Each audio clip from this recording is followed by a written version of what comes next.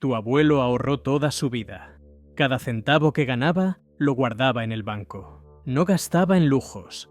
No pedía préstamos. Trabajó 40 años. Se jubiló. Y murió más pobre que cuando empezó. No fue mala suerte. No fue porque no trabajara lo suficiente. Fue el sistema funcionando exactamente como debía. Porque hay algo que nadie te dice. Algo que destruye la lección más básica que te enseñaron sobre el dinero. Ahorrar te hace más pobre. Y no es un error del sistema. Es el diseño del sistema. Hoy vas a descubrir por qué el ahorro, ese hábito que te vendieron como virtud, es en realidad una trampa. Y por qué los que realmente entienden el dinero nunca ahorran. Durante generaciones, la historia fue la misma. Trabajas duro, ahorras, guardas tu dinero en el banco y con el tiempo, ese dinero crece. Te da seguridad. Te permite jubilarte con dignidad. Esa era la promesa. Y funcionó. Durante décadas, funcionó. Tu bisabuelo podía depositar dinero en un banco y recibir un interés del 5%, 6%, incluso 8% anual. Y la inflación era baja. El dinero que ahorraba realmente crecía. Realmente valía más con el tiempo. Pero algo cambió. Y ese cambio no fue gradual. No fue natural.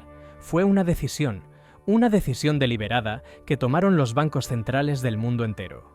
Hoy, si depositas dinero en un banco, recibes un interés promedio de 0,5%. En algunos países, 1%.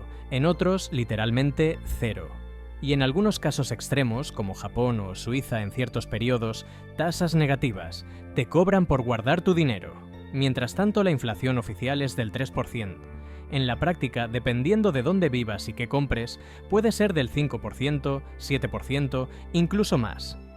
Haz la cuenta. Depositas 10.000 en el banco. Un año después tienes 10.050. Ganaste 50. Pero ese año la inflación fue del 4%. Eso significa que lo que antes costaba 10.000, ahora cuesta 10.400. Tu dinero creció 50, pero perdió 3,50 de poder adquisitivo. Trabajaste, ahorraste y te empobreciste. Y esto no pasa un año, pasa todos los años, década tras década. Veamos un ejemplo concreto. Un ejemplo que probablemente reconocerás en tu propia vida o en la vida de tus padres. Es el año 2000. Juan tiene 30 años. Acaba de conseguir un buen trabajo. Cobra 2.000 al mes. Ahorra 500 cada mes. Es disciplinado. Es responsable. En 25 años, para 2025, Juan habrá ahorrado 150.000. Suena bien, ¿verdad? 150.000 es mucho dinero. Pero ahora hagamos la cuenta real. En el año 2000, con 150.000 podías comprar una casa pequeña en muchas ciudades. Podías comprar 2 autos nuevos. Podías vivir cómodamente durante 5 años sin trabajar. Y en 2025, con 150.000 en muchas ciudades no alcanzas ni para el enganche de una casa. Apenas compras un auto de gama media. Y si dejas de trabajar, ese dinero te dura 2 años, quizás 3. Juan ahorró durante 25 años. Y tiene menos poder adquisitivo que cuando empezó. Porque la inflación acumulada durante esos 25 años, incluso con una inflación moderada del 3% anual, destruye más del 50% del valor real de ese dinero. Y aquí está lo perverso. Los intereses que el banco le pagó a Juan no compensan ni una fracción de esa pérdida. Juan trabajó un cuarto de siglo, fue disciplinado, hizo todo bien. Y el sistema lo empobreció silenciosamente. Ahora tomemos a otro personaje. Llamémosle Carlos. Carlos también tiene 30 años en el año 2000. Pero Carlos no ahorra. Carlos pide prestado. Carlos pide un préstamo de 150.000 para comprar una casa. La tasa de interés es del 5% fijo a 30 años. ¿Qué le pasa a Carlos con el tiempo? Su deuda nominal sigue siendo la misma, 150.000 más intereses. Pero el valor real de esa deuda se va erosionando cada año por la inflación. En el año 2000, pagar 1.000 al mes de hipoteca era un sacrificio significativo. En 2025, esos mismos 1.000 al mes son una fracción de lo que gana Carlos, porque su salario aumentó con la inflación, pero su deuda se quedó fija. Y mientras tanto, la casa que compró por 150.000 en el año 2000 ahora vale 400.000, o 500.000, o más, dependiendo de dónde esté. Carlos se endeudó y se enriqueció. Juan ahorró y se empobreció. ¿Ves el patrón? El sistema no está roto. Está funcionando exactamente como fue diseñado. Está diseñado para castigar al ahorrador y premiar al deudor. Ahora llegamos a la pregunta clave. ¿Por qué? ¿Por qué el sistema castiga el ahorro? La respuesta es simple, pero incómoda. Porque quieren que gastes. Piénsalo desde la perspectiva de un gobierno, de un banco central, de la élite económica. Si la gente ahorra, ¿qué pasa? El dinero se queda quieto, no circula, no genera transacciones, no genera impuestos, no genera crecimiento económico. Pero si la gente gasta, si la gente se endeuda, si la gente compra casas, autos, electrónicos, el dinero circula. Se generan transacciones, se pagan impuestos, la economía crece. Entonces, ¿cómo logran que la gente gaste en lugar de ahorrar? Método 1. Bajar las tasas de interés.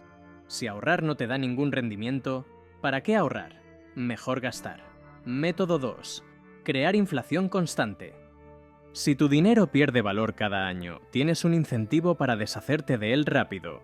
Comprando cosas, comprando activos. Método 3. Hacer que la deuda sea barata. Tasas de interés bajas significan que endeudarse es casi gratis. Préstamos para casas, autos, estudios, lo que sea. El sistema te empuja a endeudarte. Y aquí está lo más oscuro. Esto no es una consecuencia accidental de políticas económicas. Es el objetivo explícito. Los bancos centrales lo admiten abiertamente. Dicen cosas como: necesitamos estimular el consumo. Necesitamos que la gente gaste más. Necesitamos evitar el ahorro excesivo. Lo dicen, lo escriben en sus reportes. Lo implementan en sus políticas. El ahorro es el enemigo del sistema. Porque el ahorro es dinero que no trabaja para ellos. Es dinero fuera del juego. Y ellos necesitan que estés en el juego. Gastando, endeudándote, comprando. Ahora alguien podría decir: pero yo no solo ahorro en efectivo. Yo invierto. Pongo mi dinero en fondos de inversión, en la bolsa, en activos. Y eso es verdad. Eso es mejor que dejar el dinero en una cuenta de ahorros con 0,5% de interés. Pero aquí está la trampa. Para hacer eso necesitas conocimiento, necesitas tiempo, necesitas capital inicial suficiente para que valga la pena. El trabajador promedio no tiene eso. No tiene tiempo para estudiar mercados financieros, no tiene capital suficiente para diversificar, no tiene acceso a los mejores instrumentos de inversión. Entonces, ¿qué hace? Deja su dinero en el banco, porque es seguro, porque es lo que le enseñaron, y se empobrece. Mientras tanto, los ricos, los que tienen capital, los que tienen asesores financieros, los que tienen acceso a información, ellos sí invierten, ellos sí compran activos, ellos sí se protegen de la inflación, compran bienes raíces, compran acciones, compran oro, compran arte, compran cualquier cosa que mantenga su valor cuando el dinero se devalúa. Y se enriquecen. El ahorro en efectivo es una trampa para los pobres y la clase media. Es una forma de mantenerlos en su lugar, mientras los ricos juegan con las reglas reales del dinero. Apalancamiento, activos, inflación a su favor. Esto no siempre fue así. Hubo un tiempo en que ahorrar sí funcionaba. Y ese tiempo terminó en un momento muy específico. 1971. El 15 de agosto de 1971, el presidente Richard Nixon anunció que Estados Unidos ya no convertiría dólares en oro. El patrón oro había muerto, y nació la era del dinero fiat, dinero por decreto. Dinero que vale porque el gobierno dice que vale, y desde ese momento la inflación se aceleró, las tasas de interés reales cayeron, y el ahorro comenzó a morir. Mira los gráficos. Antes de 1971, el poder adquisitivo del dólar se mantenía relativamente estable. Después de 1971, cae constantemente, década tras década. Antes de 1971, una casa costaba 2-3 veces el salario anual promedio. Hoy cuesta 8-10 veces. En algunos lugares, 15 veces. Antes de 1971, podías trabajar en una fábrica y mantener a una familia de 4 con un solo salario. Hoy necesitas 2 salarios y apenas alcanza. ¿Qué pasó en 1971? El sistema cambió, y el ahorro dejó de ser un camino hacia la riqueza. Se convirtió en un camino hacia el empobrecimiento lento y silencioso. Entonces, ¿cuál es la solución? La solución incómoda es esta: deja de ahorrar en efectivo. No estoy diciendo que no tengas ahorros de emergencia. Necesitas liquidez. Necesitas un colchón. Pero ese dinero no es tu estrategia de riqueza, es tu estrategia de supervivencia. Tu estrategia de riqueza debe ser otra. Compra activos, bienes raíces, acciones de empresas sólidas, oro, incluso criptomonedas, si entiendes el riesgo. Cualquier cosa que mantenga su valor cuando el dinero se devalúa. Y si puedes, usa deuda inteligente, deuda barata para comprar activos que suben de precio. Así es como los ricos se enriquecen. Usan el dinero de otros, el banco, para comprar cosas que valen más con el tiempo. La inflación destruye tu ahorro, pero también destruye tu deuda. Los ricos entienden esto. Por eso se endeudan estratégicamente. Por eso compran propiedades con hipotecas. Por eso invierten con apalancamiento. Y los pobres y la clase media siguen ahorrando, siguiendo el consejo de sus abuelos. Un consejo que ya no funciona, porque el juego cambió.